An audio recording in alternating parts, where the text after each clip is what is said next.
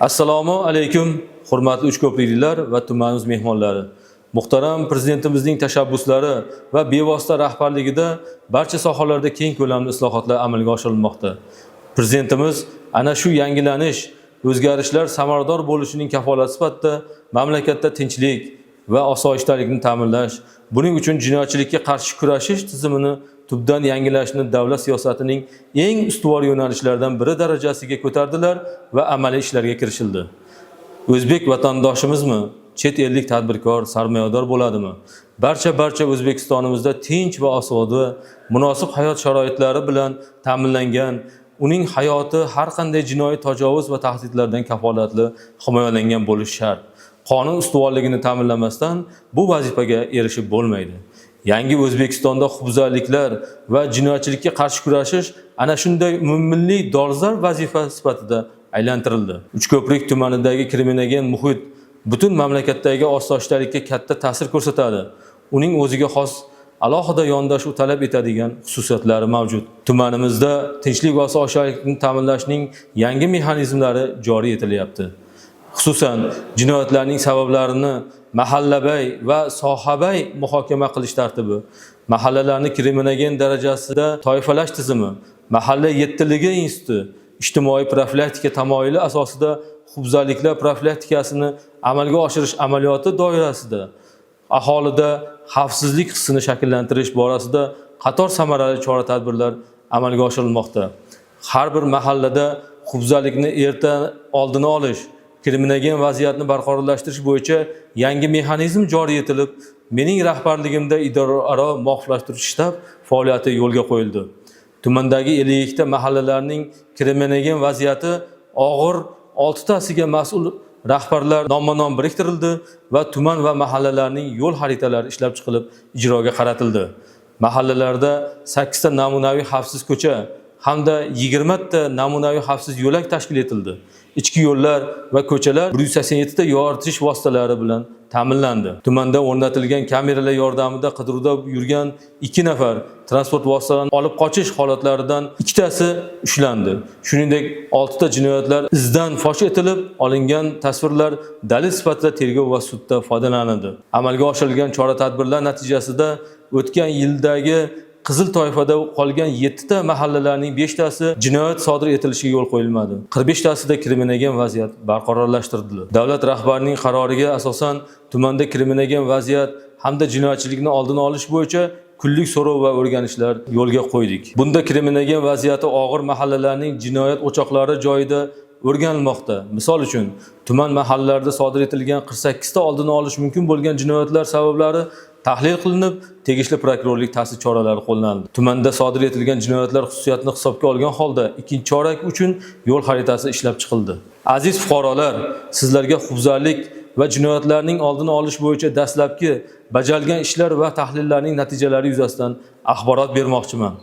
Joriy yilning o'tgan davrida 24 ta o'rganishlar o'tkazilib, 36 nafar shaxsning buzilgan huquqlari tiklangan. Bu ishlar muntazam davom etadi. Zamon o'zgaryapti. Jinoyatchilikning yangi ko'rinishlari ham paydo bo'lyapti. So'nggi vaqtlarda O'zbekiston huquq idoralari ilgari duch kelmagan kiber maskandagi jinoyatlar salmog'i ortishi anchagina tashkiliy chora-tadbirlar ko'rishni taqozo etmoqda. Ma'lumot uchun, tumandagi jinoyatlarning 24%ni axborot texnologiyalari sohasidagi jinoyatlar tashkil etmoqda.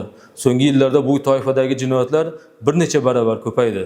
Ilgari bunday jinoyatlarga qarshi ishlaydigan tizim bo'lmagan. Prezidentimizning qarorlari bilan ichki ishlar va prokuratura organlari tizimida kiber maskandagi jinoyatlarga qarshi kurashish maxsus bo'linmalari tuzildi. Ushbu yo'nalishda aholini xabardor qilish va tushuntirish ishlarini olib borish qanchalik muhim ekanligini anglab yetdik. Ijtimoiy tarmoqlar, mahallalar, Telegram messenjerlaridagi kanallarda xabarlarni ko'paytirdik. Mahalla yettiligi, bank xodimlari orqali aholi o'rtasida, ayniqsa pensionerlar, tibbiyot va xalq ta'limi sohasida xodimlar o'rtasida banklar, yoqilg'i quyish stansiyalari, bozorlarda bukletlar tarqatilyapti. Joylarda uchrashuv, suhbatlar orqali bunday jinoiy holatlarni xabardor qilingan holda aholi hushyorlikka oshiryapmiz. Lekin masala jiddiy. Bu bizni tashvishga solmoqda. Shu sababli faoliyatimizda asosiy e'tiborni shu turdagi jinoyatlar bilan qarshi kurashga qaratmoqdamiz. Aziz uchko'prikliklar, shu o'rinda kriminogen vaziyatga ta'sir ko'rsatuvchi jinoyatlarning ayrim turlari borasida ham gapirmoqchiman. Aytish kerakki, yilning o'tgan davrida voyaga yetmaganlar, yoshlar, ayollar, mast holda ishsizlar jinoyatini kamaytirishga erishgan bo'lsak-da, guruhlar va muqaddam sudlanganlar jinoyati oshdi. Xususan, oila va turmushda sodir etilgan huquqbuzarliklar ham tahlil qilinganda huquqbuzarlik sodir bo'lishiga oilaviy maishiy muammolar asosiy sabab bo'lganligi aniqlanmoqda. Shu sababli notinch, ajrim yoqasidagi oilalarning mavjud muammolarini bartaraf etish bo'yicha boshqa idoralar va keng jamoatchilikni jalb qildik. Natijada o'tkazilgan o'rganishlarda kriminogen vaziyati og'ir mahallalarda 15 ta ijtimoiy ko'makka muhtoj xotin-qizlar aniqlanib, ularning muammolarini hal qilish bo'yicha 4 ta choralar ko'rildi. Bundan tashqari 212 nafar ishsizlardan 175 nafari ishga joylashtirildi, 16 nafari kasbga o'qitildi, 21 nafariga kasbga yo'naltirildi. Ushbu jarayondan muqaddam sudlangan va ma'muriy nazoratdagi shaxslar ham chetda qolmadi. Ularning 5 nafari bandligi ta'minlandi, 6 nafarining ijtimoiy muammolari hal etildi. Yoshlar o'rtasidagi jinoyatchilik masalasiga umummilliy ish deb yondashib, barcha birgalikda jon kuydirish kerak. Faqat jinoyat uchun jazoni ta'minlash bilan ovora bo'lib, jinoyatlarning sabab va omillarini ko'zdan qochirsak, oqibati yomon bo'ladi. Shu sababli yoshlarni o'z umriga zomin bo'lmasliklari uchun jinoyat va tajovuzlardan qaytarish, ularni to'g'ri hayotga yetaklash, bandligini ta'minlash, bo'sh vaqtlarini mazmunli o'tkazish choralari ko'rib borilmoqda. O'tgan davrda 5 nafar yoshlarning bandligi ta'minlandi. 134 nafarning bo'sh vaqtlari mazmunli tashkil etildi. 11 nafarning ijtimoiy maishiy muammolari hal etildi.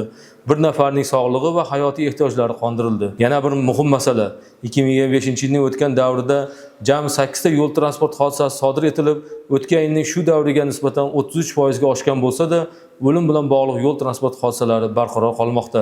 Yo'l transport hodisalarining sabablari tahlil qilinganda, ularning aksariyati haydovchilarning shoshqaloqligi tufayli yo'l harakati qoidalarida belgilangan oddiy va elementar qoidalarni rioya qilmasliklari oqibatida bittasi piyodaga yo'l bermaslik, ikkitasi oraliq masofani saqlamaslik, bittasi quvib o'tish qoidalarini buzish, bittasi svetofor va yo'l belgilariga amal qilmaslik oqibatida sodir etilgan. Endilikda har bir tan jarohati bilan bog'liq yo'l transport hodisasi diqqat markazimizda bo'ladi. Hurmatli fuqarolar, juda ko'p masalalarda dunyoqarashimiz o'zgarishi zarur. Buning ustida ishlayapmiz. Prezidentimiz talab qilayotgan jinoyatlarning oqibatlari emas, ularning sabablarini, huquqbuzarliklarga imkon beruvchi shart-sharoitlarni bartaraf qilishni ustuvor vazifa deb xalq bilan birgalikda harakat qilishimiz kerak. Buning uchun har bir mahalla xonadongacha tushib, huquqbuzarlik omillarini aniqlashga e'tiborimizni kuchaytiramiz. Jinoyat sodir etgan va bunga moyilligi bo'lgan fuqarolar bilan uchrashuvlar o'tkazib, fuqarovoy ish tizimini joriy qilamiz. Huquqbuzarlik va jinoyatga sabab bo'layotgan oilaviy, ijtimoiy, moddiy va psixologik muammolarni hal qilishga, har bir fuqaroda jinoyatchilikka qarshi kurash immunitetini bolalikdan shakllantirishga alohida e'tibor qaratamiz. Aziz uchko'prikliklar, jinoyatlarga qarshi kurashda prokuratura organlari ko'mak va hamkorlikda jinoyatlarning har qanday ko'rinishiga chek qo'yishga kafolat beradi. Zero sodir etilayotgan jinoyatlarning fosh etilishi va oldini olishida xalqimizdan mas'uliyat, tashabbuskorlik hamda daxldorlik hissi bilan yondashishni so'rayman. Shuni yana bir bor alohida qayd etamanki, jinoyatning har qanday ko'rinishiga tezkor ravishda munosabat bildirishga, jinoyatga qo'l urganlarga nisbatan jazoning muqarrarligini ta'minlashga shaxsan kafolat beraman. Barchamiz jinoyatdan xoli yangi O'zbekiston uchun birlashaylik. E'tiboringiz uchun rahmat.